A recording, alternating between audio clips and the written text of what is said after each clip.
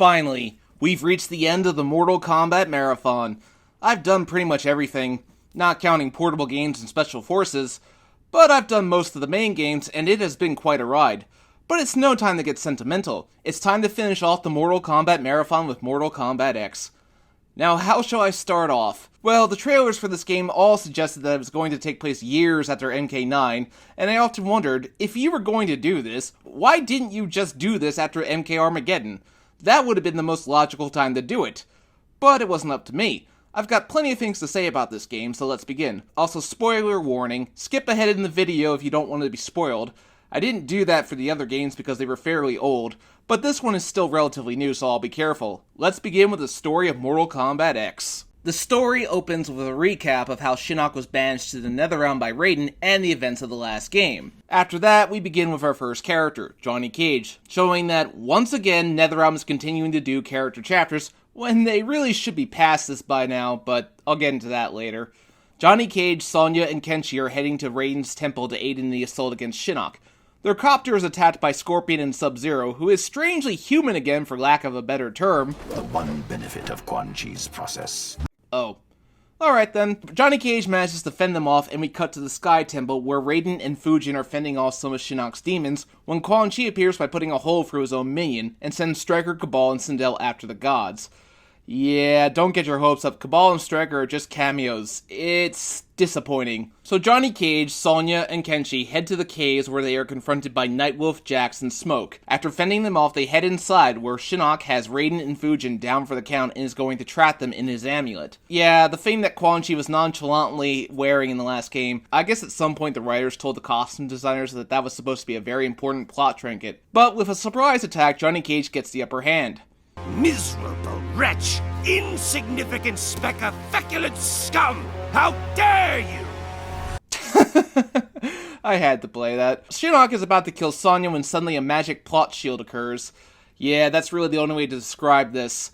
Johnny Cage flips the amulet to Raiden, who seals him away inside. We cut to 25 years later. Johnny Cage is teaching our new recruits, who are the heroes of this game, his daughter, Cassie Cage, Jax's daughter, Jackie Briggs, Takahashi Takeda, the son of Kenshi, and Kung Jin, the cousin of Kung Lao. So with that, we get our basic group dynamic. Cassie is the leader, Jackie is the tough girl, Takeda and Kung Jin kinda share the smart aleck role, though Kung Jin is more of a jerk with a heart of gold. But more time to cover their characters later, as the next chapter we cut to Kotal Khan, who is the new Emperor of Outworld after Shao Kahn's death.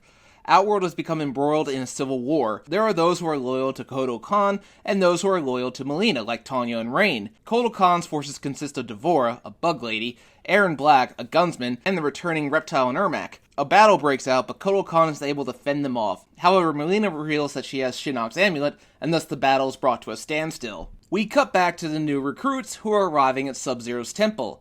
Sub-Zero is now human and alive, and he's taken over the Lin Kuei clan again. I like this. It feels like an apology for that walking refrigerator nonsense. Now we shall never speak of it again. Sub-Zero takes the Lin Kuei out to meditate when Kung Jin shows his impulsiveness and confronts Sub-Zero. A massive fight breaks out and Sub-Zero's chapter is pretty much relegated to taking out each of the new recruits. But they reveal that it was all a training exercise to determine their teamwork. They failed. So the team heads to the Special Forces base where they are questioning Li Mei, who of all people makes a cameo. Raiden tells them to head to Outworld to work with Kotal Khan to find Mileena and recover the amulet. Kung Jin nearly risks an incident by freeing a man sentenced to death. After a quick encounter with Aaron Black and Farah Tor, who don't really get much characterization besides being grunts by the way, Kung Jin flashes back to around 5 years ago. He snuck into Kung Lao's tomb and tried to steal something back, but Raiden stops him. The death you caused! You made him fight Shao Kahn, and stood there while that bastard snapped his neck! Yep, that he did.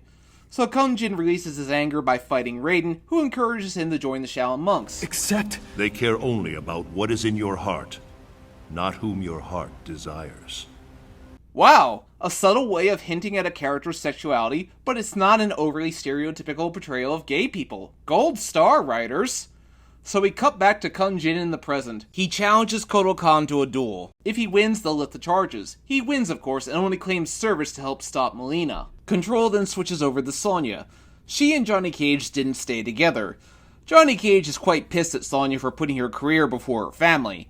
The struggles of career versus family.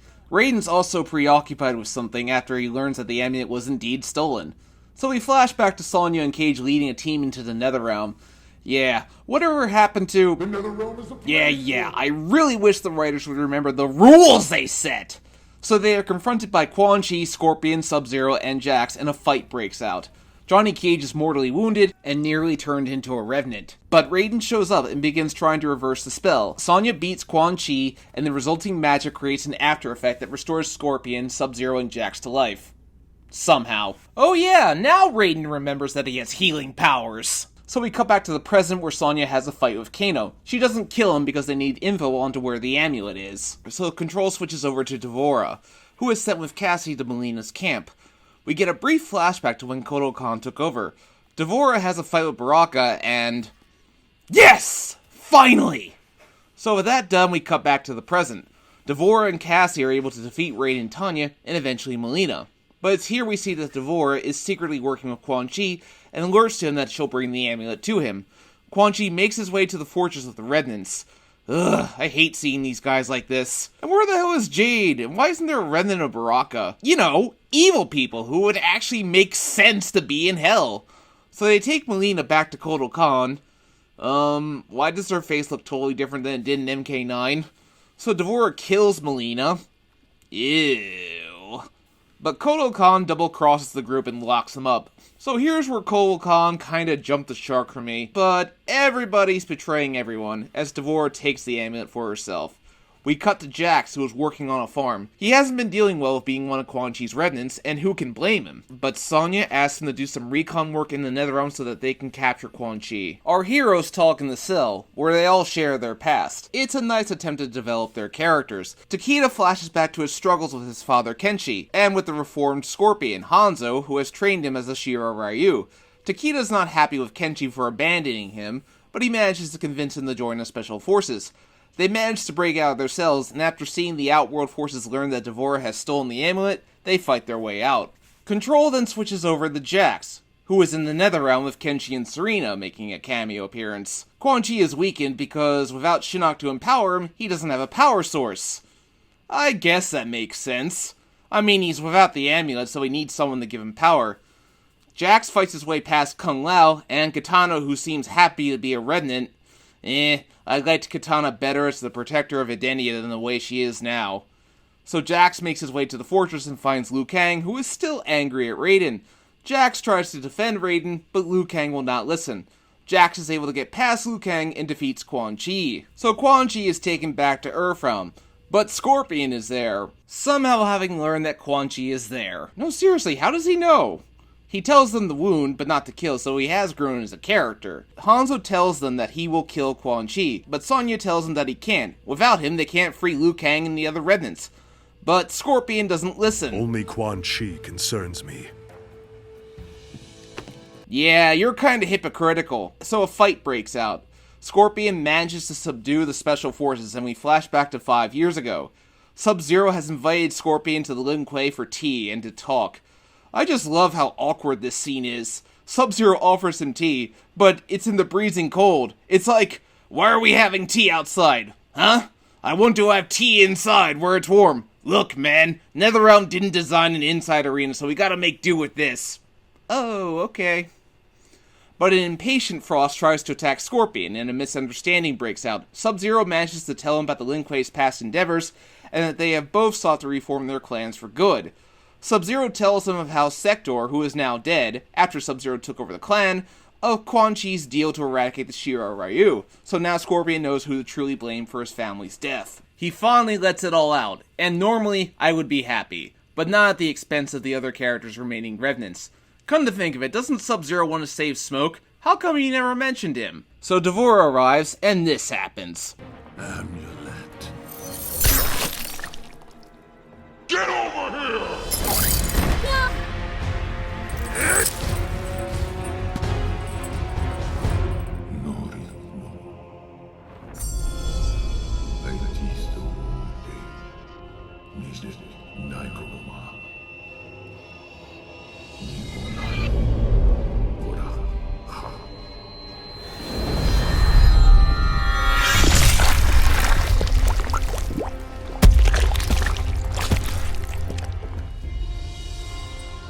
Blood for blood. Your debt is paid. Oh, that should be satisfying, but yeah. But Shinnok is set free. Somehow he managed to change his clothes while he was in that amulet, and manages to knock everyone out. He takes Johnny Cage with him as a hostage as the new recruits arrive. Meanwhile, Raiden meets Baraicho. He explains that he was away dealing with Kano's snare that somehow caused him to teleport between various realms. It's just a cheap plot device to excuse why Raiden wasn't around. He tells of how he wishes to free the remaining revenants, and as long as Quan Chi lives, it is possible. I mean, I don't necessarily believe that this is the end of all hope. John Vogel himself has said that they'll figure it out. Raiden recharges in the Jinsei chamber, flashing back to Liu Kang and Kung Lao, who are like sons to him. This takes place shortly before the tournament begins, as it's when he set Liu Kang and Kung Lao to free their Shaolin masters, but no time for sentiment as Shinnok attacks. Baraicho is wounded and Raiden is left to the Revenant's mercy. I hate to say it, but he does kinda deserve it. So after a fight with Kung Lao where he regrets his inaction, he confronts Liu Kang. For a brief moment, Liu Kang hesitates before attacking. Perhaps the old Liu Kang is still in there? But it's no use as Shinnok subdues him. Shinnok merges with the Jinsei, corrupting it and transforming into corrupted Shinnok, who actually doesn't look too bad. Much better than that. Control then cuts to Jackie, as the recruits are heading to the temple to stop Shinnok. But their plane crashes and they are confronted by Kotal Khan's forces. Kotal Khan decides to appease the Shinnok by bringing him their heads. Yeah, he had a good start, but he descended down. Jackie is able to fight them off. The group stands tall when Sub-Zero and the Lin Kuei come to their aid. Where the heck did Scorpion go? So the group heads to the temple, where we finally play as Cassie. They fight their way past the Revenants and Devora, and Shinnok is about to destroy Johnny Cage, but Cassie's anime power-up activates and she's able to defeat Shinnok. Liu Kang and the other Revenants withdraw. Raiden asks them to put him in the Jinsei to absorb its energy. He does so, and things are restored. Jackie and Takeda spark their relationship. I kinda glossed over it because I didn't consider it very important. And the Cage family reconciles, so that's nice. But there's one more scene, and I'll just let it speak for itself. Too long have I allowed Earthrealm to endure the horrors of war. Time and again we've defeated our enemies, but we've exacted no retribution, demanded no remuneration. What have we gained for our mercy? More intrigue, more senseless violence. As the new rulers of the Netherrealm, heed me. No longer will I simply defend Earthrealm. I will seek out and destroy all who threaten it. No mercy will be shown, no quarter given.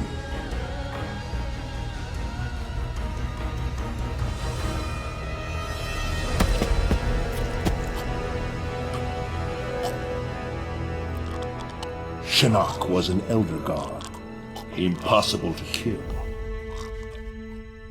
There are fates worse than death.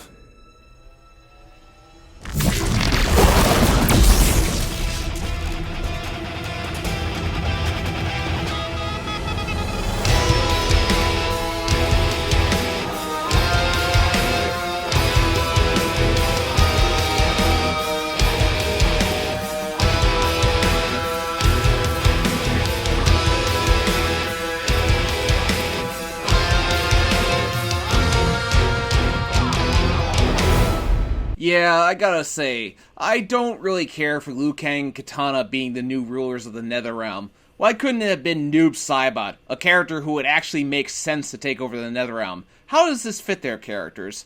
I really hope the Revenant thing is undone in the next MK and get them back to normal. Although I do like that Dark Raiden is back. Makes things more interesting. So that's the story mode. It's a mixed bag. It does have themes of family, which are nice, but again, the focus is all over the place. As for gameplay additions, well, they do have QuickTime events which determine how a cutscene plays out, but it's really not that special in my opinion. They're trying to add some interactive elements, but the limitations are still there. I don't like character chapters at all. It feels so limiting to what you can do, and I have to blame Ed Boon for this, as it's clear that he wants the story mode to be nothing more than a training mode. Former writer Brian Chard had this to say: I think an open world might be how to dive deepest into the lore. I would have liked to have been allowed to write the story we wanted to write, and then figure out story mode's gameplay around it. Story mode hasn't evolved past what it is now because it's first and foremost a training mode. Some fans don't get that, but it's the answer to most questions about why things are the way they are. The format's limitations, re-storytelling, have become clear over the last couple of games. Street Fighter V came out with its own story mode, and while its actual story was it at least let you play as all the characters, even if it was for only one fight. Story mode is just a training mode, and I have no reason to believe that Injustice 2 story mode will be any different, which is sad. So that's the story mode done. Let's talk about the presentation. The graphics are all nice, and the game runs at a smooth 60 frames per second. The blood is there, but the damage is nowhere near as over the top. The costumes are much better than the previous game. Nice and simple, that's how I like it. And the females are wearing much more modest clothing. The roster is about what you expect from a game like this, a nice mix of old and new characters. There were 2 combat packs released which added 4 characters each, and, well, one thing I need to address is the overabundance of guest characters in this game. Of the 8 DLC characters, 4 of them are from horror movies. Jason from the Friday the 13th movies, Predator from Predator, Alien from Alien, and Leatherface from the Texas Chainsaw Massacre. Why is that? Goro was Day 1 DLC, which upset a lot of people because, well, yeah, it is kind of bullshit that we have to buy something on Day 1 just to get all the DLC. Well, the sad fact is that guest characters sell better than regular characters do, and that's what they were looking at. I would have rather had characters like Fujin, Serena, Sindel, Rain, who you got to fight in the story mode. Yeah, that would have been nice, but I'm in the minority. As for MK DLC characters go, you have Tanya, Boraicho, Tremor, who apparently got in because Tremor fans demanded he be put in. Every fandom has annoying, loud-spoken fans who are demanding for a minor character. Believe me, I know. And Ed Boon just caved in and put him in. It is what it is. Our final DLC character is Triborg, who is essentially Cyrax, Smoke, and Sector rolled into one. So the Cyborgs finally have a chameleon-type character. How nice. Characters now have all the typical intros, but there's something they added which I love. Every character has unique dialogue when matched up, and I mean every matchup has unique dialogue. I love listening to these. I even spent an hour recording just intro dialogue. It's also worth noting that some of the characters like Liu Kang, Kung Lao, and Katana have non-revenant costumes, which apparently came about because the writers had no idea the character designers designed these forms. And I was really happy when I saw these because I assumed they were back from the dead. But they weren't. It was just misleading advertising. A shame because some of their live dialogues are just more interesting stories than their revenant forms do. One addition I do like is that sometimes in between rounds characters will say unique lines. They're hard to find, but they are there. The gameplay is about the same from MK9. If it ain't broke, don't fix it. You can still do EX special moves, breakers, and X-rays, so that aspect hasn't changed. What MKX brings new to the table is character variations. Each character has 3. For example, Scorpion has Ninjutsu, Inferno, and Hellfire, which adds a unique move to the character's arsenal and changes their appearance slightly. So it's up to you to decide how you want to play your character. These variations do fit the characters, but if you want to turn it off, you can press up twice on the variation screen and then voila, you'll turn the character variation off. I wonder what Triborgs is because it uses the 3 cyborgs. No! We are not doing this. No, just no. Moving on! The stages are all relatively standard. They're all new, which is welcome and appreciated. It actually takes from Injustice with its interactive environments by allowing players to throw various objects at their opponent or even jump off a wall. Doing a flip off a tree branch for damage has never been so much fun. Fatalities are back and they are just as gruesome as ever. Some of them almost made me lose my lunch. Ugh! Disgusting! But new elements to the game are the return of brutalities, which you can do to finish up a match in a cinematic way. They're a lot of fun to pull off. You can also unlock easy fatalities, but it feels so degrading to resort to that. The crypt is back. This time it's the most interactive it's ever been, as you have to guide your character through some catacombs. I have yet to unlock everything. Very huge trip to get everything. You can unlock the usual stuff here, fatalities, brutalities, character designs, so about the same as ever. I can talk a little bit about the online. You got your various options, King of the Hill, Survivor, Ranked Match, but what online really brings to the table this time around is the Faction Wars. You can choose between Lin Kuei, Black Dragon, Special Forces, Brotherhood of Shadow, and White Lotus. This basically amounts to you doing towers or invasions, which I can't show. You can also use your faction to perform faction kills, but they're nothing special. The towers are about the same, typical arcade mode, and they essentially replace the challenge tower from MK9. There's a variety of towers, classic and premium, but essentially each tower leads you to a final confrontation with Shinnok. After you beat him both times, he'll absorb the Jinsei into his amulet and will become corrupted Shinnok. What follows is a one-round match, but just keep at it and you'll eventually beat him. Your character will always rip the amulet away from him and he'll explode in typical Mortal Kombat tradition. The endings are in the same presentation as MK9 and Injustice, but fortunately follow Injustice's endings as building on what happens after story mode. Though some have the characters wearing the wrong outfits, and Katana's ending does give a hint at Jade's whereabouts. Wonder if that'll lead to anything. We'll see. So nothing new, nothing special about the endings, it's all the exact same presentation. So that's Mortal Kombat X. The game doesn't change the formula too much from MK9, more like it expands and improves upon it, but reading Brian Chard's interview has made me wonder some things, and that's this line right here. I could write a whole book on it. There were many reasons, lots of long-running problems that came to a head at once, but the final straw was a meeting in which it was made clear to me that the number one ability NRS and WB management valued in their employees, more so than any track record or history they might have, was the ability to be yes man. I realized then that I could no longer work there, which was sad. So, NetherRealm.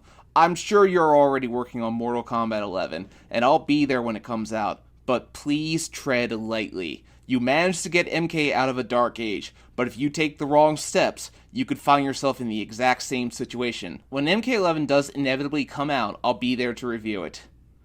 So that's it for the Mortal Kombat Marathon. What a journey. 10 main games plus 2 side games. There's still other games to do, such as Special Forces and the portable games, but I'll get to those some other time. As for me, well, I'll be taking the next week off, but I'll be back in 2017 to begin my next marathon, Sonic the Hedgehog. Thanks for watching, please hit that like and subscribe button if you haven't already. Happy New Year, this is RetrospectGreg signing off.